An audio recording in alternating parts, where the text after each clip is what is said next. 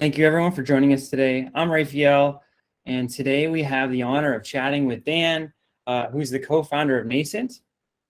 So Dan co-founded Nascent Ventures, which you can see on the right side, has done an amazing job, getting ahead of the curve and then investing in so many amazing projects that we'll go into.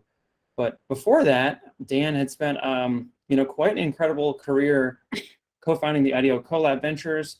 That's where Dan and I met. Also co-founding GAM Finance and also the MIT Bitcoin Club.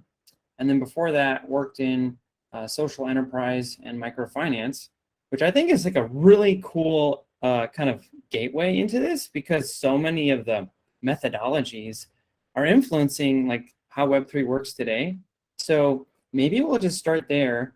Dan, can you tell us a little bit more about like what got you into social enterprise and microfinance? Sure. I guess I was first of all, thanks for having me. Yeah. I was a psychology major in undergrad and like just didn't know what I was going to do, and I ended up interning at a nonprofit called Ashoka that supports social entrepreneurs the summer before my senior year, and that kind of was like, oh, you can actually like have a career in making the world a better place. And so I focused in. I had an interest in business as well, and so social enterprise consulting and supporting nonprofits with kind of revenue generating activities, running their own businesses. Often it was related to workforce development. That was something I spent a lot of time in. I became more and more interested in microfinance and international development work.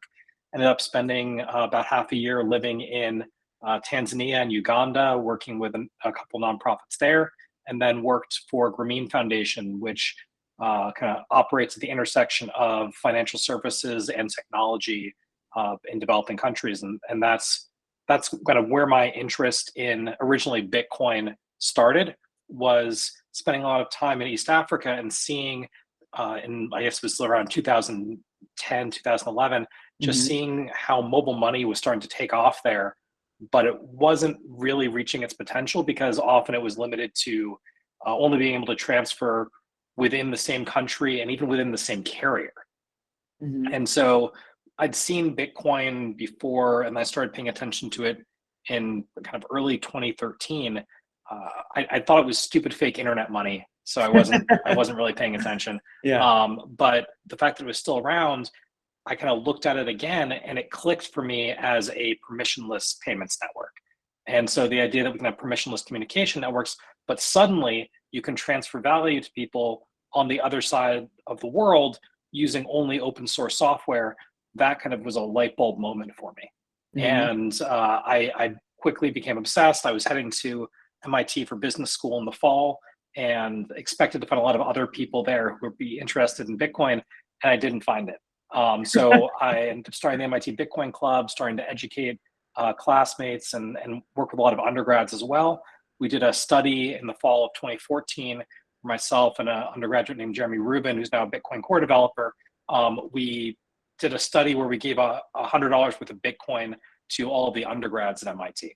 And we kind of experimented with what happens when you take a highly technical community and allow them to assume that all of their peers also have knowledge and access to Bitcoin.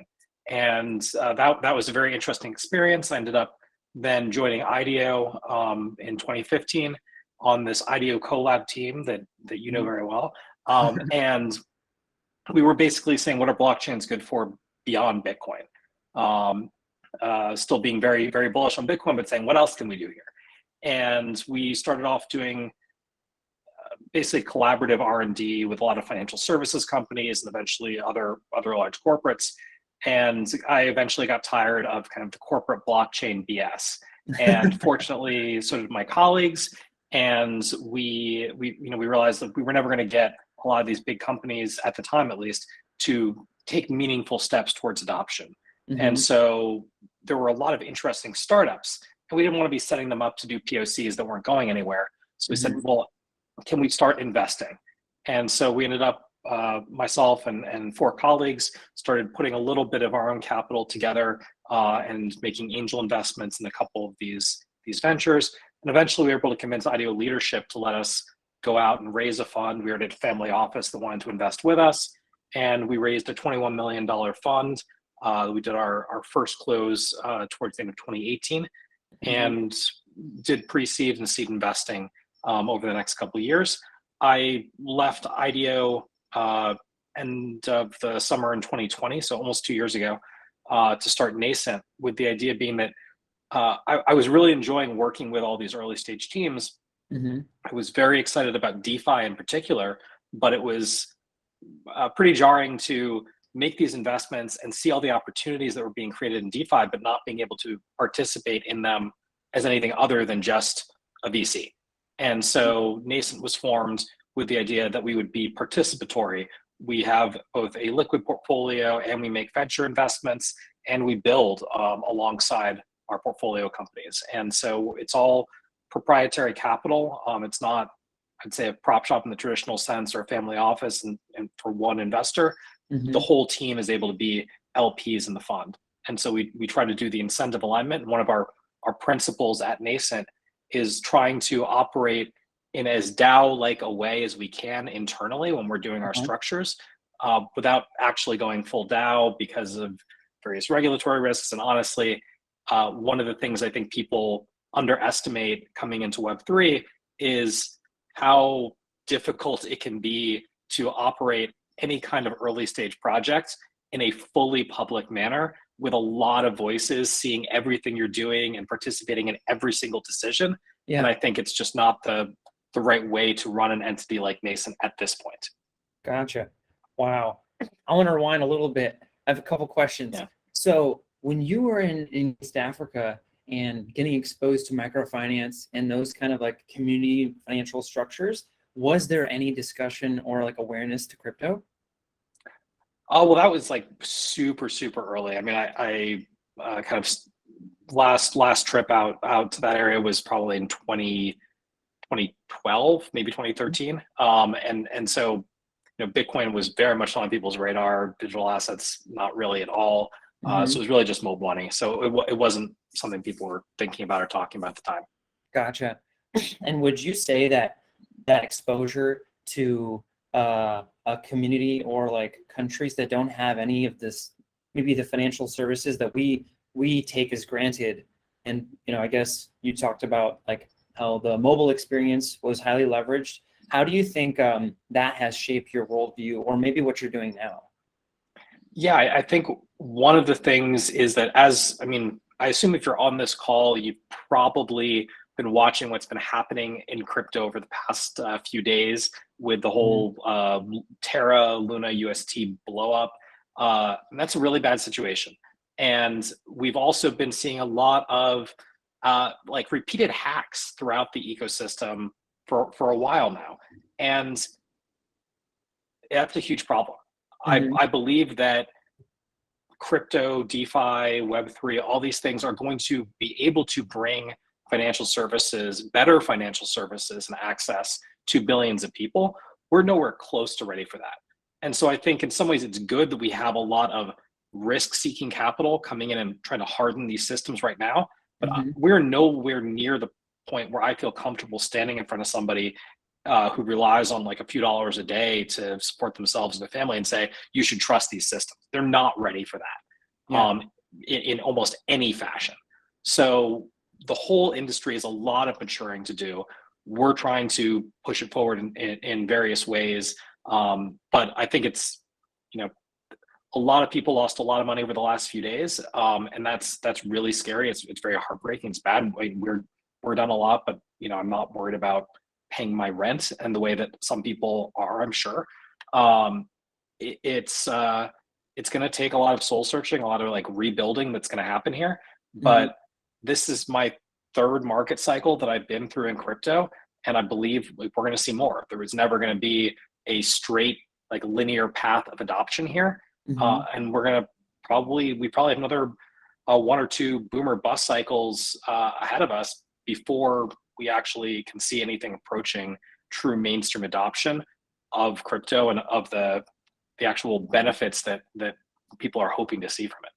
Yeah, and I want to dig into that a little bit deeper. You mentioned that Nascent is maybe taking some strides on how we can fix or like have more foresight into these kind of problems. Like what kind of things are you working on or come to mind as opportunities where we can better defend ourselves for moments like this week?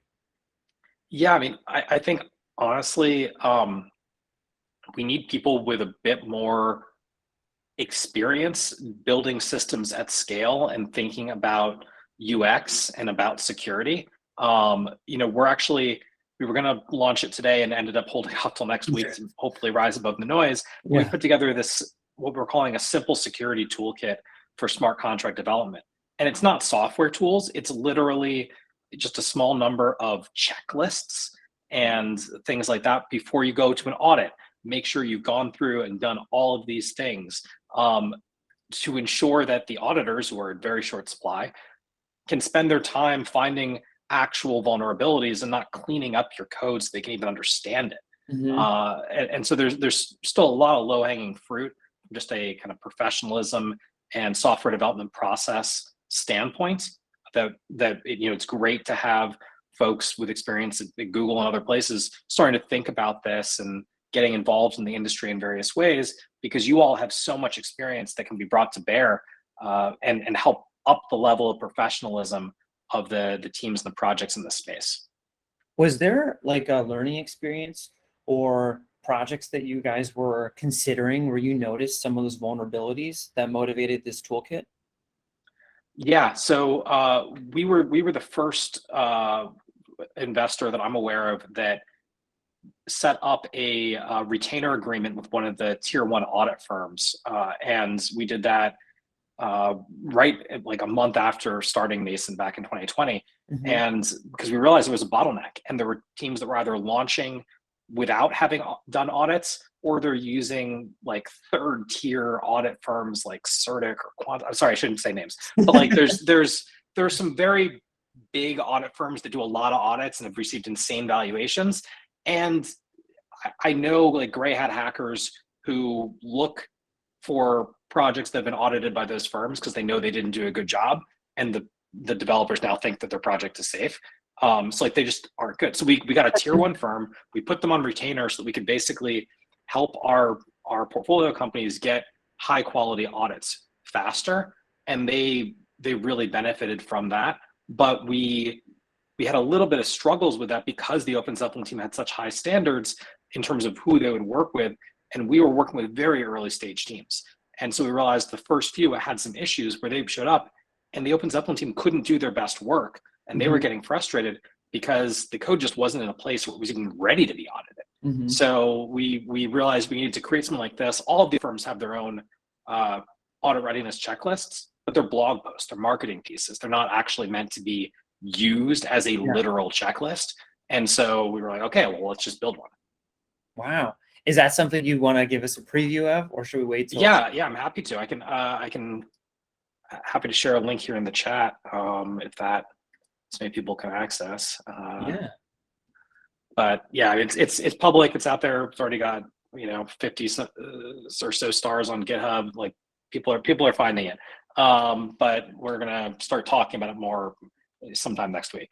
That's really cool. But please, feel free if folks in there see it and want to make suggestions. Like, we're very open to contributions. This is all open source. We want this to be a community effort. Thank you for sharing that. That's awesome. I'll check it out later. I want to hear more about the kind of the formation of Nascent and how you guys started with your deal flow. What how did you find your first few projects? What attracted you to them, and maybe what are some of the things that you learned along the way? Yeah, so there's a lot of ways to answer that. So when Nascent first got started, I knew I had been operating under the brand of a very well-known company in IDEO, and that there was a decent amount of deal flow we'd received there because of the IDEO brand. And so going out, I think I built a very strong network in the industry, but said, okay, well, we need to get the Nascent name known out there. Mm-hmm. And so I already had very good deal flow at the time. I'd been around for a while. So we weren't trying to focus on leading deals. We were able to get some smaller checks and deals that I knew were going to be really hot deals with founders that I really respected. And so when you see that list of portfolio companies, there's a fair number of those that were in the first, 6 to 9 months where we weren't really being super careful about check size. And so that grew the portfolio pretty quickly. But we've, over the last year, really focused more on leading and co-leading investments and writing larger checks so that we can justify putting a lot of resources behind supporting these teams and really honestly build closer relationships with them. Some of the early things that we saw, though, when we look at the kind of Luna UST blow up, one of the very first things that we were not really investors in, but participated in, was something called empty set dollar, which was one of the first kind of algorithmic stable coins that became very well known. And I talked about it publicly, and I was very clear. I was like, this is very experimental. Like, be extremely careful with this. We don't put in any money you can't lose here, because we don't know what's going to happen.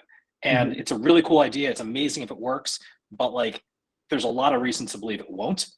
And we were the largest holder of this besides the founder, and it was publicly tied to our ENS address, and everyone can see it's all still there. So we weren't trying to do any pump and dump and harmony. We're like, let's see what this experiment can lead to.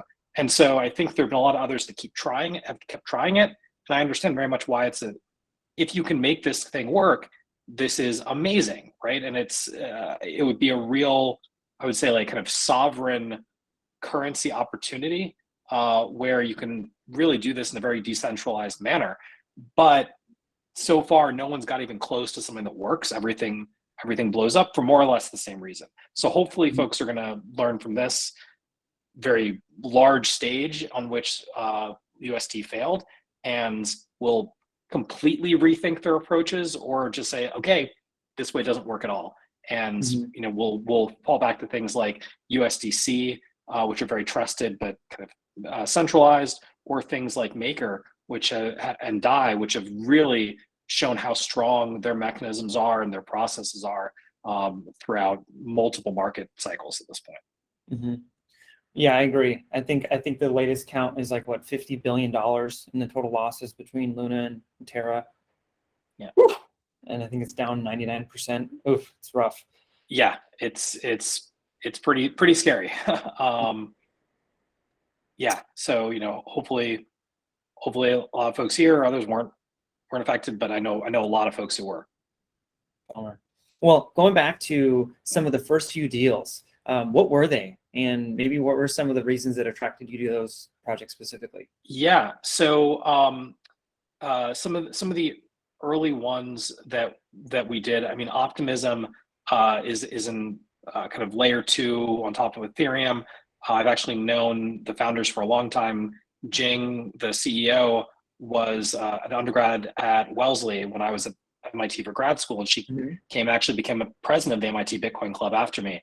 She's fantastic. She was an IDEO CoLab fellow as well, and it's just been amazing watching her grow. And they're doing amazing, very deep research and working on hard technical problems of scalability. And just knowing her, knowing the other folks involved, it was kind of a no-brainer. One of the things, there are two big technical challenges in my mind right now for the entire space. One is scalability, and one is privacy, because everyone likes to harp on the kind of transparency of blockchains. We cannot use blockchains as kind of something that end users interact with in anything approaching their current form. Because if people are upset about Facebook or Google or privacy there, or things like Venmo, this is literally public, all your activity. And we need things. There are things like Tornado Cash, which can provide a pretty high degree of privacy, but they're all opt-in and therefore largely get used by bad actors. Whereas normal people who actually deserve privacy around their financial activities don't have that, because they need to opt into it and essentially pay more to use it. And so I think we need better default privacy things that don't have this major cost trade-off associated with them.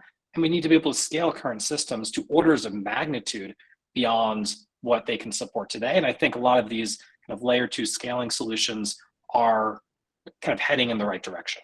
Can you explain Tornado Cash to those that may have not heard of it? Yeah, Tornado Cash it is a essentially on-chain zero knowledge mixing service. So people can deposit fixed amounts of ETH and different assets into it, and they create these essentially anonymized notes that can be withdrawn from a different address and not connected, going all into the same privacy pool. So that's how a lot of when there are big hacks, you see a lot of funds kind of going in there, and then they'll maybe trickle out over time. But people do use it for privacy and things. Like, I've used it when I wanted to go and like register an ENS, and I didn't want to associate with another address that I already had. And so I was like, okay, I had left like an ETH sitting in there to withdraw for a situation like this. So I think there are very legit reasons, given how not private all your blockchain activity is, to want to have privacy around your transactions generally. But it doesn't work. Like I'm a pretty advanced user that I would go and think to do that. Most people aren't going to. Yeah. And so we need systems where people can be very comfortable with the level of essentially cryptographically assured privacy. I think all of these solutions that are trying to kind of like statistically anonymize things, like that's not going to work long term. In the past, you and I were chatting about like maybe some of the low-hanging fruit and like UX opportunities. Can you speak to any of those? Oh yeah, I mean, so here I'll just like screen share this quickly. I don't know if people are familiar with Dune Analytics. I'm very familiar. I don't shoot. I realized I don't have my settings, my screen share settings set up for Chrome, unfortunately. But what I was going to show was Dune Analytics. I can pull it up. Should I do that? Yeah, if you can pull up Dune Analytics, yeah, because I think people should say this company was recently valued at I think it was well over $1 billion in their recent financing. Got some very, very strong investors in it. But if you look at it, I think you'll be, well, this is pretty bare bones. And this is kind of like state of the art for analytics in the space right now. And it's really, I mean, as far as it's just like reskin, if you click to any one of the dashboards, you'll see it's like reskinned redash. Yeah. It is very lightly reskinned. Like that's all it is. And the UX is not great. This is what the industry is doing right now. And so I think there's so much room to build better analytics tools. We've got, the graph is kind of this decentralized network for kind of like indexing on-chain data and making it available for applications. It's all right. The subgraphs need a lot more curation. It's just really hard to build right now and have reliable analytics, reliable APIs. It's not there. And so I think kind of bridging that gap, making it so that all this data is available, making it so the tooling kind of works at the level that users are used to in the Web2 world, that's a big hurdle for broader adoption. And if you think about NFTs as an area that has been getting more and more attention, personally, I've been like very focused, as you've heard, on the financial services aspect of it through DeFi. But I do think NFTs are very compelling and will be very culturally appropriate over a long horizon. But right now there's like a massive, I would say, like spam problem and authenticity problem, people doing knockoffs, like all of the, I would say, like anti-spam stuff that Google has gotten to be the best in the world at, like that is needed. It's a smaller, I would say, like data set that you're working with in the Web3 space right now, but it is sorely needed because there are a lot of scams and things happening all the time, and just basic kind of search for images and for top collections, like there's so much to be done. So I think, right now, if you are, excited about Web3 and hopefully you haven't been too scared off by what's been happening in the market the last few days. There's opportunities for Google as an entity to build products, build services that are just, a mile above what is being offered by a lot of the companies in the space right now, or for people to go and join and work with other companies that can move the ball forward as well. Mm-hmm. And I know you guys are early investors in Etherscan, and I've always felt like Etherscan could be just so much better. Yeah. So to be clear, we weren't early investors in Etherscan. Nascent didn't exist at the time when Etherscan was getting started. But I'm very friendly with Brayton over at Boost, who was an early investor. And when they put it together in SPV, and we recently connected with Matthew Tan, who's the founder of Etherscan, and so we were able to participate in that, and it was actually the largest investment Nascent's made to date because we've got so much conviction in what they're doing. Mm-hmm. We live in Etherscan. Yeah, exactly. Every day. Like we just use it all the time. And so when we were sitting out internally, I said, if we could invest in any company in the space with the raising or not, like who would it be? And we were like, Etherscan. Mm-hmm. Because they're so important to the space. It's amazing that there really aren't any good competitors. And I admire them for staying pretty focused, right? They haven't junked up their UI with a lot of ads. They've really resisted trying to massively overhaul. It's not quite Craigslist level of reticence to like change, but they've been incredibly reliable and scaled incredibly well through multiple order of magnitude growth in kind of visitors that they've had. And so, kudos to them for doing that. And they're just reliable infrastructure. I think there's a lot more that can be done. And I know that they're experimenting with a few things, but they really do see themselves. I wanted them to go more into, I would say, developer tools and APIs. They really see themselves as being a place for regular people to go and be able to decode what's happening on the blockchain. So this is a case where I love the product and we use it all the time and really believe in the founder and the team and their vision, and so want to support them in whatever way we can. Of the portfolio companies that Nascent has invested in, are there any where you find them to be kind of disrupting in the UX, like on-ramp experience for maybe like the next million Web3 users? Yeah, the on-ramp experience is still a big bottleneck. And to be honest, we haven't really focused on those on-ramps.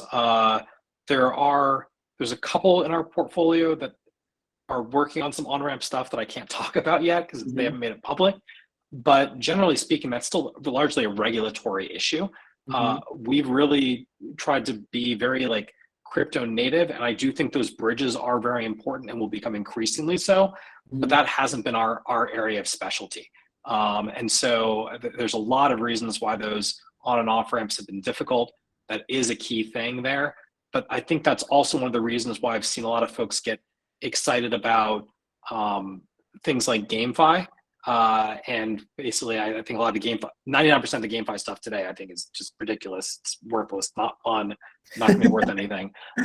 But the idea that like gaming as a way of onboarding a lot of new people kind of naturally into using Web3 tools, that to me is very exciting, because I think also game developers, game designers are very good at understanding how do we remove friction, how do we create these compelling, engaging, repeat experiences for people. And so I think that is one of the paths that we'll see that may partially solve that like on-ramp problem, because it'll get people natively into the ecosystem. Gotcha. We've talked about improving analytics with Dune and how Etherscan is just providing so much more visibility into exploring blocks. If you were to kind of project the most disruptive like UX improvement in the space for the year, what would that be? The most disruptive improvement that we've seen, or that I would like to see? That you would like to see. But let's hear them both, actually. Let's start with the one that's already happened, and then what needs to happen. I mean, I think one of the things that okay, I'm not sure in terms of what has happened. I think honestly, a big unlock has been the expansion that's happening in NFTs as a coordinating factor for communities. There's some amount of kind of identity that people have historically tied up in different crypto assets they hold and they own. We've got things, like Link Marines and things like that. But the idea of NFTs and people tying their identity to a really non-fungible asset. And we've seen it kind of in profile pictures, but then there are these things called POAPs, proof of attendance protocol, that are kind of NFTs where you can show up their kind of badges that you get for attending events in real life. These things are how people are starting to build identity and build community. And I think it has much deeper human attachment. And so that, I think, has helped pull more people in and has been a much stronger coalescing factor around some of these communities that have emerged. And one of the investments that I've been most excited about is something called Seed Club, which is this DAO that does an accelerator for these kind of social tokens and community tokens. And I think early on, a lot of it was kind of these just community fungible tokens. And they've largely, the cohort members are shifting to using NFTs instead. And I think they've found a lot better fit with that. And there's a lot of experimentation happening very rapidly and a lot of tooling being built out. But I would say that's one of the big things, is just people understanding that.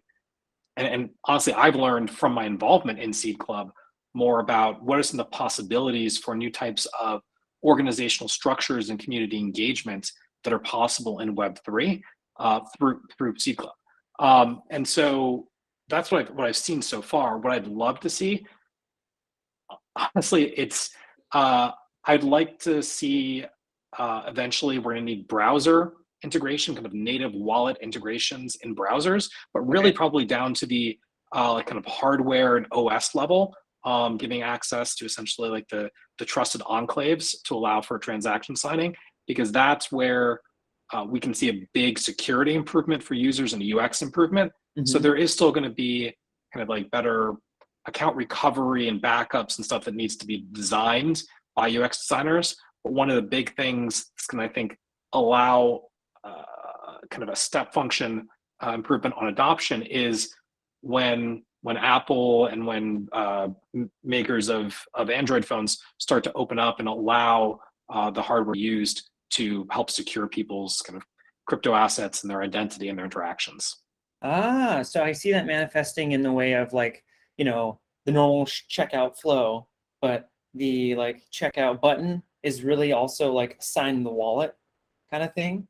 Yep. Yeah. So there are things like that. And I've seen, projects that are working on kind of mobile browser extensions and things to make it a little bit more natural and baked in.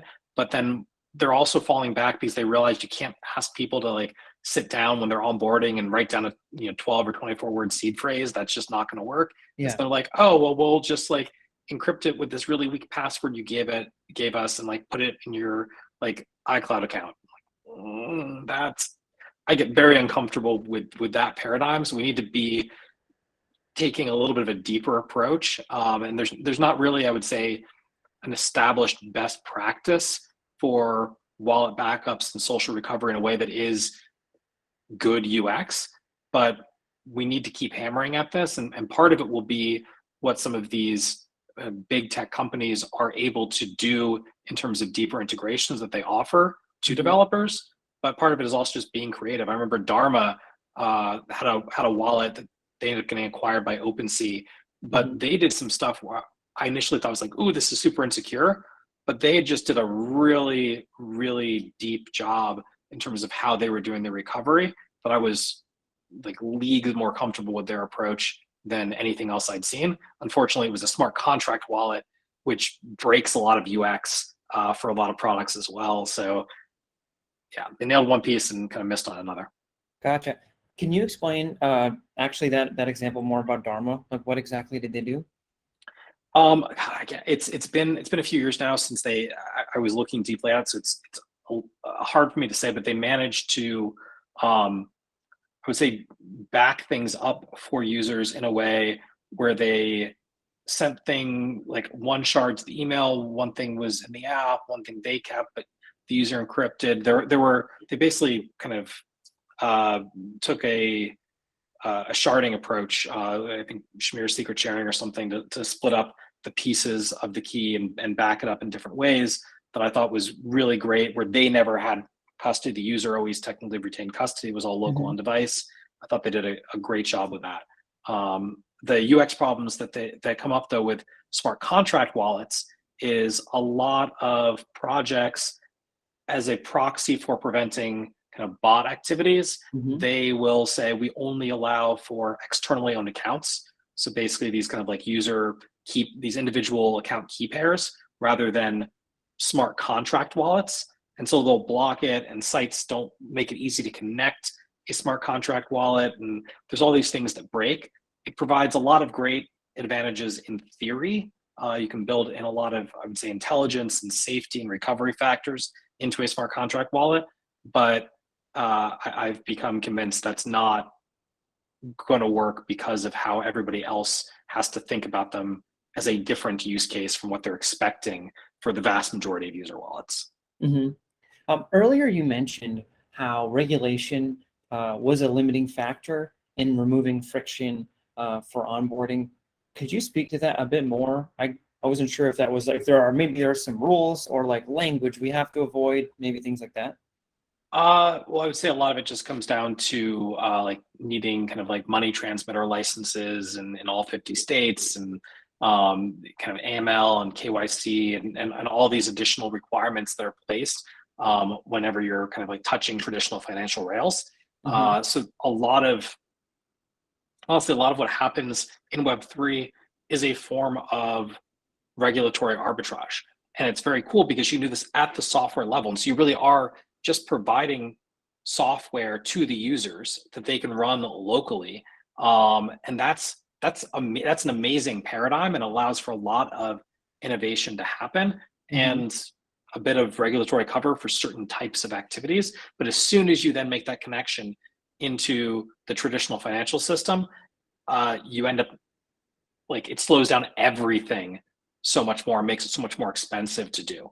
And so I think I understand there are very good reasons why a lot of these things have been put in place on the traditional financial system, but we're going to need to find some new approaches that allow for the rapid innovation that's possible in Web3. And I think what's starting to happen is we're starting to see some entities that are doing things like the same way that we've had entities that are facilitating a lot of these neobanks, kind of doing white label banking services. We're going to start to see more and more entities do that to be kind of the white label providers of effectively use of these licenses and capabilities to some more crypto services. I think that will help a bit. There's still going to be additional costs, additional friction, but at least it won't be the 1 to 2 year process of having to go through and collect all those licenses yourself for every new startup. We're going to see EVM chains continue to proliferate because that's where a lot of the ecosystem is today. We're starting to see more growth in stuff around Rust has become very popular, and some kind of Rust-based smart contracting systems. But ultimately, I am leaning towards there will be a few general kind of chains where we see a lot of atomic composability happening or kind of settlement for these application-specific rollups. But a lot of activity, I think, will move into application-specific chains or application-specific rollups with some kind of shared or inherited security model because it allows for better UX. It makes sense, and we're gonna learn that we probably, for most use cases, don't need as much completely open, broad, atomic composability of transactions.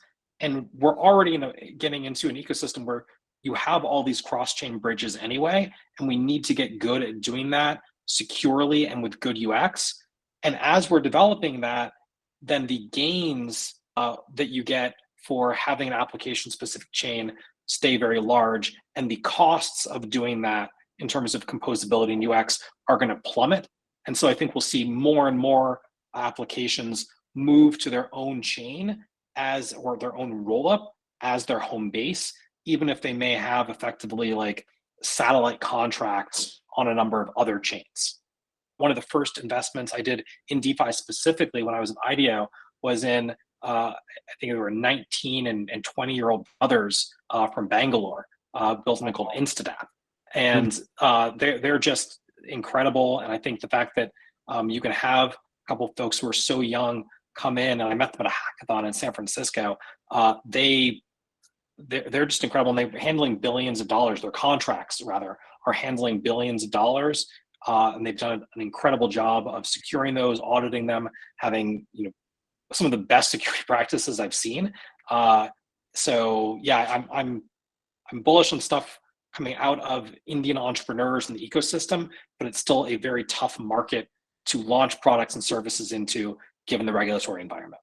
Dan, thank you so much. I know we took more of your time than I had promised.